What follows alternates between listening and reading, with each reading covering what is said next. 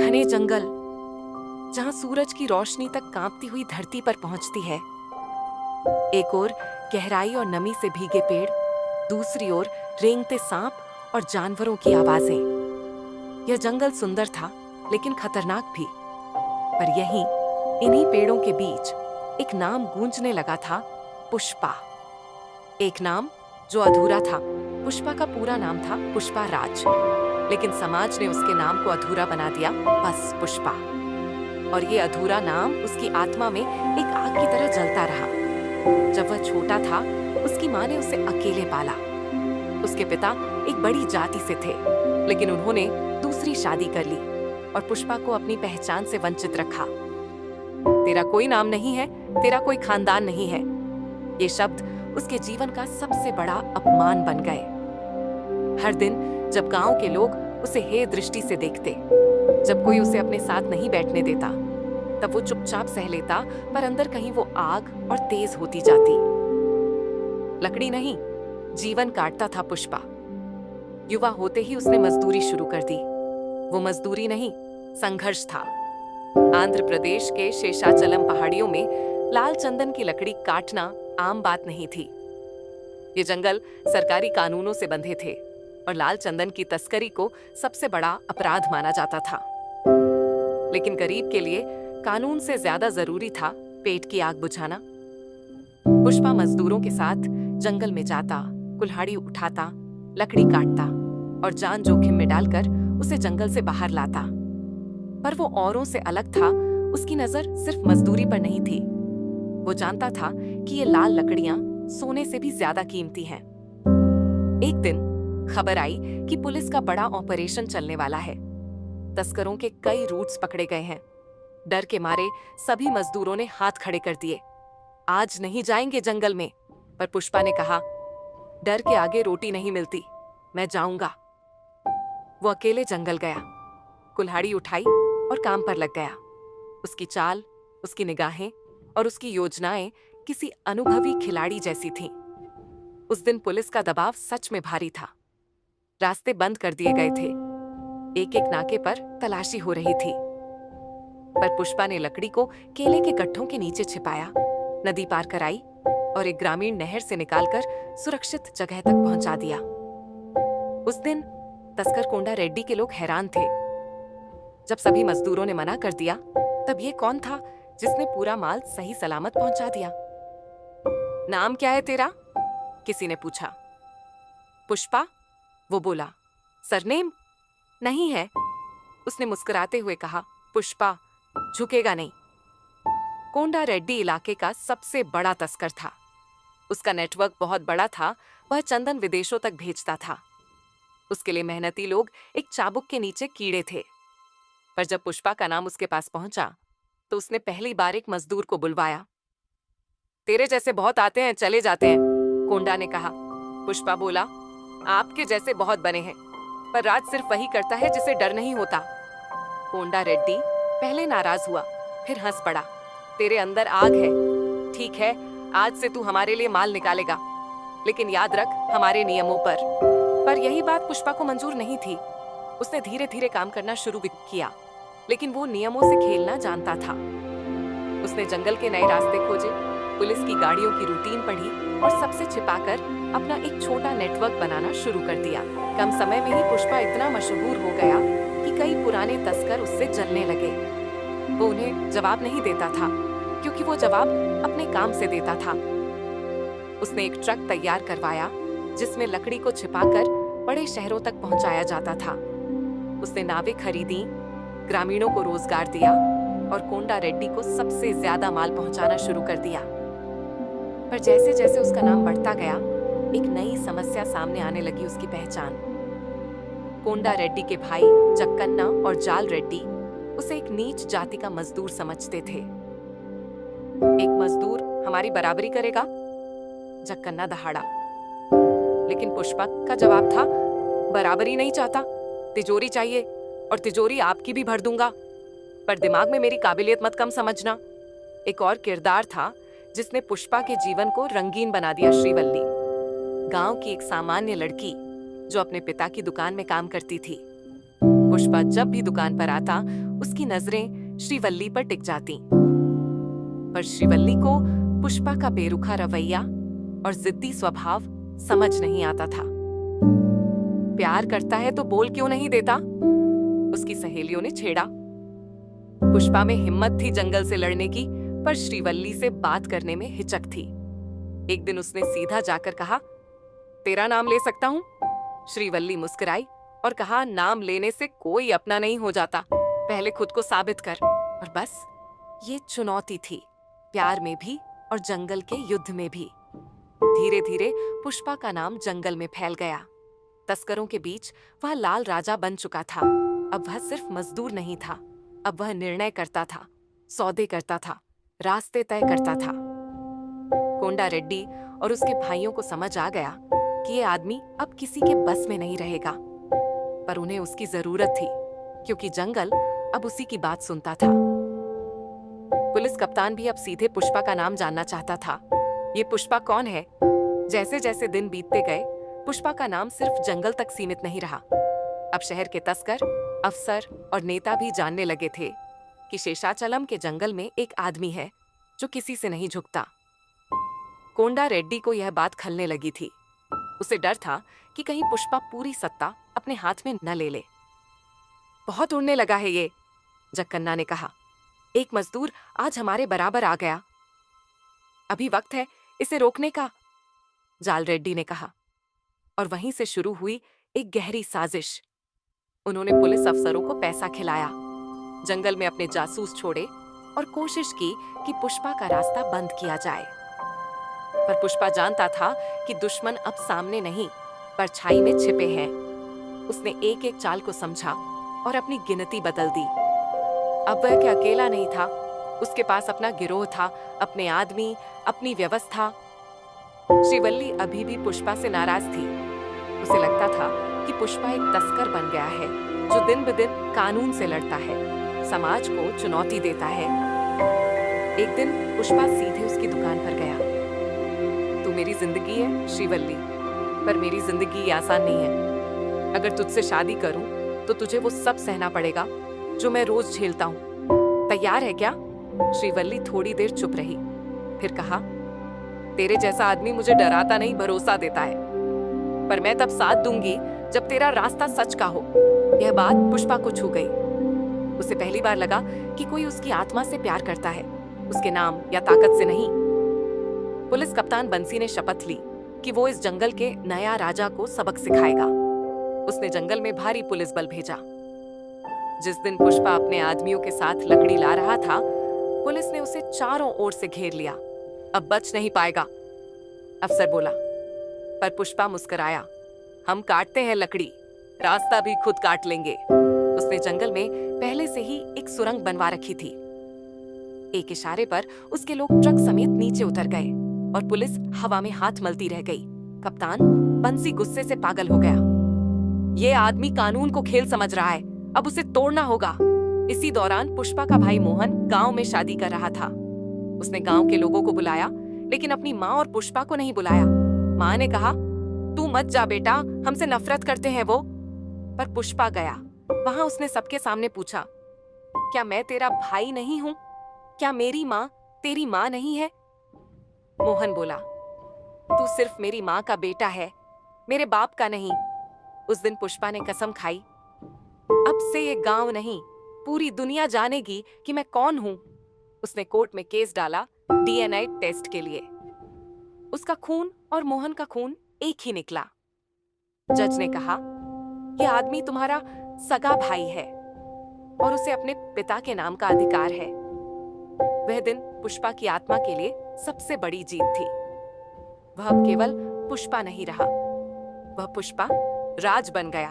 अब कहानी में एक नया नाम आया, मंगलम श्रीनु। वह एक बड़ा तस्कर था जो चंदन को इंटरनेशनल बाजार तक पहुंचाता था।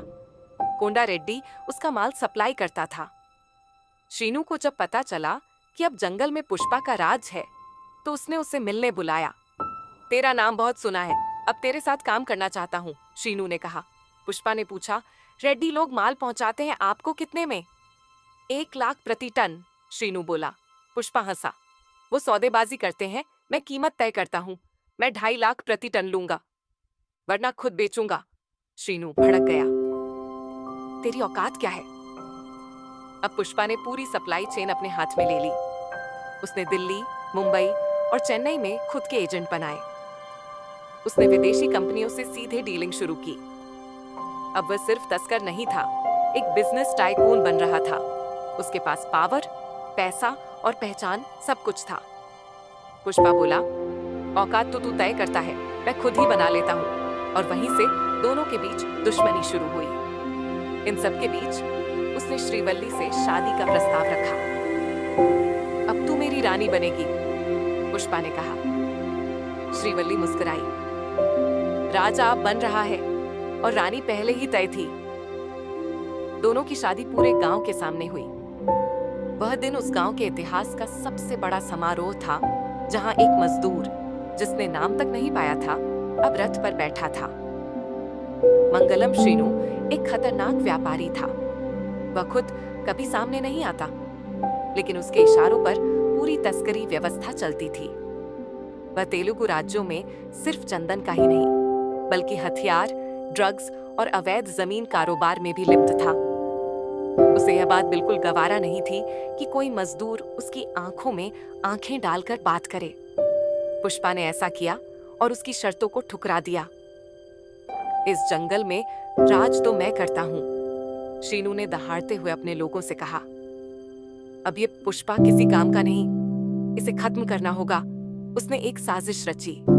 उसने पुलिस के कुछ अफसरों को पैसे में खरीदा और साथ ही कोंडा रेड्डी के भाइयों को फिर से उकसाया।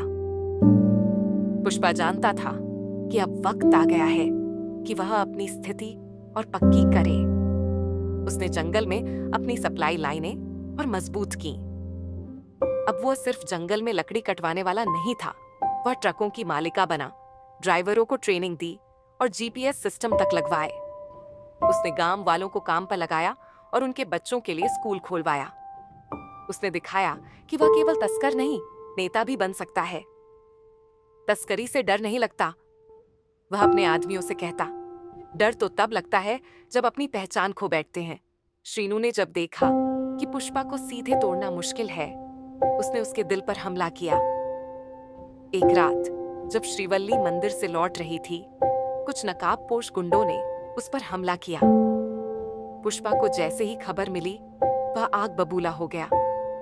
वह तुरंत पहुंचा और देखा कि श्रीवल्ली घायल है पर जिंदा। उसने अपने आदमियों को भेजा। हर एक आदमी जो इसमें शामिल है जिंदा नहीं बचना चाहिए। उस रात जंगल की हवाओं में सिर्फ चीखें थीं। पुष्पा ने एक एक हमलावर को ढूंढा और खुद सजाएं दी। कोंडा रेड्डी और उसके भाइयों को जब पुष्पा की ताकत का अंदाजा हुआ, उन्होंने उसके साथ समझौता करने की सोची। पर जक्कन्ना और जाल रेड्डी ने अलग ही चाल चली। उन्होंने पुष्पा को एक झूठे सौदे के लिए बुलाया और मारने की योजना बनाई। पर पुष्पा मूर्ख नहीं था, उसने पहले ही उनकी चाल समझ ली थी।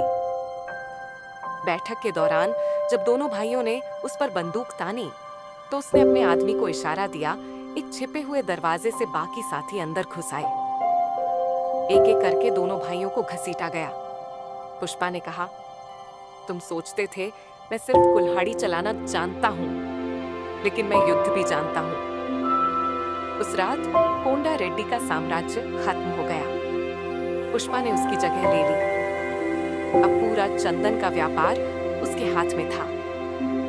कोंडा रेड्डी की मौत की खबर जंगल के पार तक फैल गई। मंगलम श्रीनू को यह बात नागवार गुजरी। एक मजदूर मेरा आदमी मार दे और मैं चुप रहूं? श्रीनू ने अपने लोगों को गरजते हुए कहा। उसने तुरंत अपने सबसे विश्वास पात्र आदमी तमन को भेजा, एक घातक शूटर जो जंगल में पलक झपकते खून बहा सकता था। पुष्पा को चेतावनी भेजी गई, या तो झुको या मिटो। पर पुष्पा ने उस चेतावनी का जवाब एक ट्रक में 10 टन चंदन भेजकर दिया और साथ में एक चिट्ठी।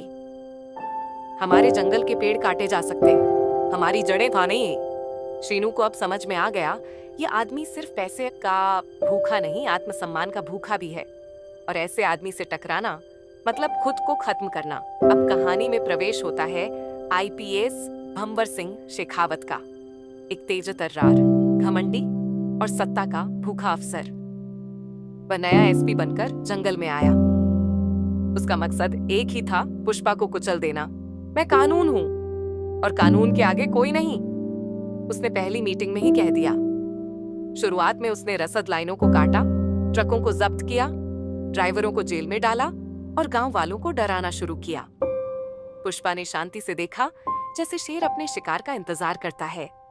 इन सब के बीच पुष्पा और श्रीवल्ली की शादी तय हो गई। गांव भर में उत्सव का माहौल था। पहली बार एक मजदूर ने अपने दम पर इतना बड़ा नाम कमाया था। पंडित, रिश्तेदार, मेहमान सब सज गए। पर इन शादी के दिन भंवर सिंह ने कुछ ऐसा किया जिसने पुष्पा को भीतर तक झकझोर दिया। एसपी ने पुष्पा को थाने बुलाया। ठीक उसी समय जब शादी की माला तैयार हो रही थी, पुष्पा पहुंचा। भंवर सिंह ने दरवाजा बंद किया और अपनी बेल्ट निकाली। तेरे जैसे गुंडों को हम रोज लाइन में खड़ा करते हैं, उसने कहा और फिर पुष्पा को जूते उतारने पर मजबूर किया। उसने शराब निकाली और कहा, अब ये जूते पहन और मेरी सेवा कर। पुष्पा की आंखें गुस्से से लाल हो गईं। उसने अपने गुस्से को भीतर दबाया। मालिक को कभी बताना नहीं पड़ता कि वह मालिक है, पुष्पा ने धीरे से कहा। वक्त आने दो, जंगल का कानून समझा दूंगा। अगले दिन ठीक 24 घंटे बाद पुष्पा फिर एसपी के घर पहुंचा। इस बार वह अकेला नहीं था, उसके पीछे उसके 100 आदमी थे। वो घर में घुसा, एसपी के सामने जाकर खड़ा हुआ और उसकी मेज पर बैठ गया। तू कानून है ना? उसने पूछा। हाँ, और तू अपराधी है, भंवर सिंह बोला। पुष्पा उठा, बेल्ट उठाई और उसे मेज पर रख दिया। अब ये बेल्ट तू पहन और मेरी बात सुन, उसने कहा। अगर आज के बाद तूने मेरी माँ, मेरे भाई, मेरी बीवी या मेरे आदमियों को छुआ तो तुझे थाने में नहीं, जंगल में दफन करूंगा। अब जंगल में सिर्फ एक ही नाम गूंजता था, पुष्पाराज। पुलिस झुकी, तस्कर भागे और गांव वालों ने उसे भगवान जैसा मानना शुरू कर दिया। उसने अपने साम्राज्य को पूरे दक्षिण भारत तक फैला दिया। वह अब सिर्फ तस्कर नहीं था, वह एक व्यवस्था बन गया था। एसपी समझ गया, ये लड़ाई अब बंदूक की नहीं, इज्जत की है। उसने चुपचाप सिर झुका लिया। मंगलम श्रीनु की सत्ता अब खतरे में थी। पुष्पा ने जंगल, सप्लाई पुलिस और जनता सब पर अपनी पकड़ बना ली थी। एक दिन श्रीनु के गोदाम में अचानक आग लग गई। 30 करोड़ का माल जलकर खाक हो गया। सूत्रों से खबर आई कि यह पुष्पा का ही काम था। श्रीनु ने एक आखिरी प्रयास किया। उसने आंध्र प्रदेश के एक बड़े मंत्री भूपति रेड्डी से हाथ मिलाया। भूपति खुद भी भ्रष्ट था और जंगल की तस्करी में वर्षों से पैसे खा रहा था। उसने कहा, पुष्पा अब सिर्फ तस्कर नहीं, नेता बनने की सोच रहा है। रोकना है तो अभी। पुष्पा की लोकप्रियता बढ़ रही थी। गांव वालों ने उसे पंचायत चुनाव में खड़ा कर दिया। वह जीत भी गया। अब वह पुष्पा राज ग्राम अध्यक्ष बन चुका था और यही बात भूपति को खटकने लगी। भूपति ने पुलिस, मीडिया और गुंडों को मिलाकर एक छवि बनानी शुरू की। पुष्पा एक डॉन है, गांव के युवाओं को अपराध की राह पर ले जा रहा है।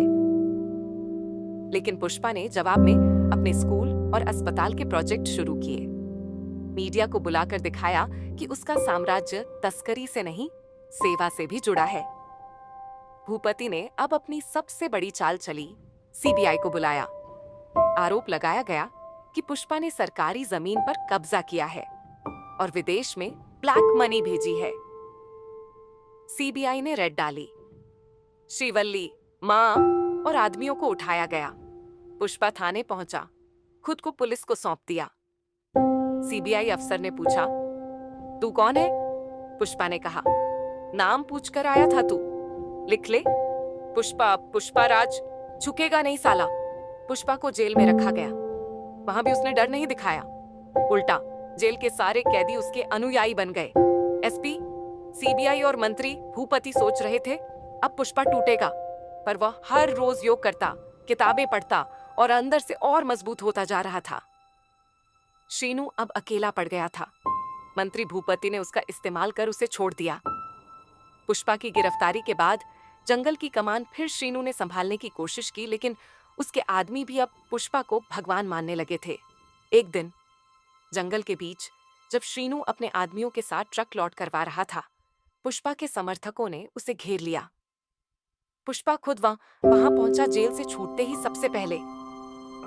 बोल श्रीनू, अब झुकेगा या मिटेगा? श्रीनू ने घुटनों पर गिरकर कहा, माफ कर दे, तू राजा है। पुष्पा ने बंदूक उठाई, फिर छोड़ दी। पुष्पा ने जंगल की तस्करी को संगठित कर दिया, सरकार के कई लोगों को अपना बना लिया। उसने कानूनी तरीके से सप्लाई लाइसेंस हासिल किया और खुद की राज एक्सपोर्ट्स कंपनी बनाई। अब वह खुलेआम कारोबार कर रहा था, अंतरराष्ट्रीय डीलिंग, क्रूज शिप और मल्टीनेशनल पार्टनर। वह नेता बन चुका था, लेकिन अपनी जड़ों को नहीं भूला। सीबीआई अफसर एक बार फिर पुष्पा के ऑफिस आता है, पूछता है, अब तेरा अगला कदम क्या? पुष्पा मुस्कुराता है, अब जंगल नहीं, देश राज करेगा और मैं राजा हूं। पुष्पा अब सब कुछ जीत चुका था, नाम, इज्जत, दौलत, सत्ता। लेकिन इस जीत के बाद एक अजीब सी खामोशी उसके भीतर घर करने लगी थी। रात को सोते वक्त उसे कभी-कभी बचपन की झुग्गी याद आती, माँ की आंखों में वो डर, भाई की बेइज्जती और उस समय के जख्म जब वह पुष्पा नाम से भी डरता था। सब मिल गया, पर मैं खुद को खो तो नहीं रहा? उसने एक रात श्रीवल्ली से पूछा। श्रीवल्ली ने उसका सिर अपनी गोद में रखा और कहा, जो मिट्टी से उगता है वो कभी जड़ों को नहीं भूलता। तू राजा है, पर तू इंसान भी है। जिस एसपी भंवर सिंह शेखावत को पुष्पा ने नीचा दिखाया था, वह अब डीआईजी बन चुका था। चुपचाप सालों बाद वह फिर से पुष्पा पर नजर रखने लगा। इस बार वह व्यक्तिगत बदला नहीं चाहता था, वह कानून को पुनः स्थापित करना चाहता था। उसने कहा, अब मैं उसे मारने नहीं, तोड़ने आ रहा हूं। वह सीबीआई और आरएवी की मदद से एक बड़ा ऑपरेशन शुरू करता है। नाम देता है ऑपरेशन लाल साया। इस बीच पुष्पा का भाई जक्कन एक गलत राह पर निकल जाता है। वह सत्ता के नशे में आकर एक व्यापारी का खून कर देता है। पुष्पा को जैसे ही पता चलता है, वह तिलमिला उठता है। वह अपने ही भाई को पकड़ता है और कहता है, हम जंगल के जानवर थे, इंसान बने हैं। अगर तू वापस जानवर बनेगा तो तुझे भी मारूंगा। और वह अपने भाई को पुलिस के हवाले कर देता है। पूरा राज्य चौंक जाता है। पुष्पा अब सिर्फ राजा नहीं, न्यायप्रिय भी है। भंवर सिंह का ऑपरेशन तेजी पकड़ता है। वह पुष्पा के ट्रांजैक्शन, बैंक अकाउंट, विदेशी पार्टनर्स, सब पर नजर रखता है। एक रात पुष्पा के बंगले पर फिर से छापा पड़ता है। सीबीआई के दस्तावेज, ड्रोन फुटेज और दर्जनों अफसर, पूरा राज्य जानता है कि अब पुष्पा को घेर लिया गया है। पर इस बार पुष्पा ने तैयारी पहले से कर रखी थी। उसने सब कुछ डमी डायरेक्टर्स और ट्रस्ट्स के नाम पर कर रखा था। छापा खाली हाथ लौटता है। पुष्पा खिड़की से देखता है और कहता है, जो लोग जड़ों से निकले होते हैं, उन्हें काटना आसान नहीं होता। फिल्म के अंतिम दृश्य में पुष्पा और भंवर सिंह आमने सामने बैठते हैं। भंवर सिंह कहता है, मैं तुझे मिटाना चाहता था, पर तू मिटता नहीं। क्यों? पुष्पा मुस्कुराता है, क्योंकि मैं कोई आदमी नहीं, एक विचार हूं। मिटाओगे तो और उगेंगे। तस्कर नहीं हूं, व्यवस्था की दरार हूं। भंवर सिंह एक चुप्पी में डूब जाता है, जैसे मान गया हो कि युद्ध अभी खत्म नहीं हुआ। सिर्फ विराम लगा एक सीन में पुष्पा एक गहरे जंगल में पैदल चलता है। सामने उसकी पुरानी कुल्हाड़ी और बंदूक रखी है। वह बंदूक उठाता है और कहता है, अब खेल फिर से शुरू होगा। ये बार जंगल नहीं, शहर में होगा।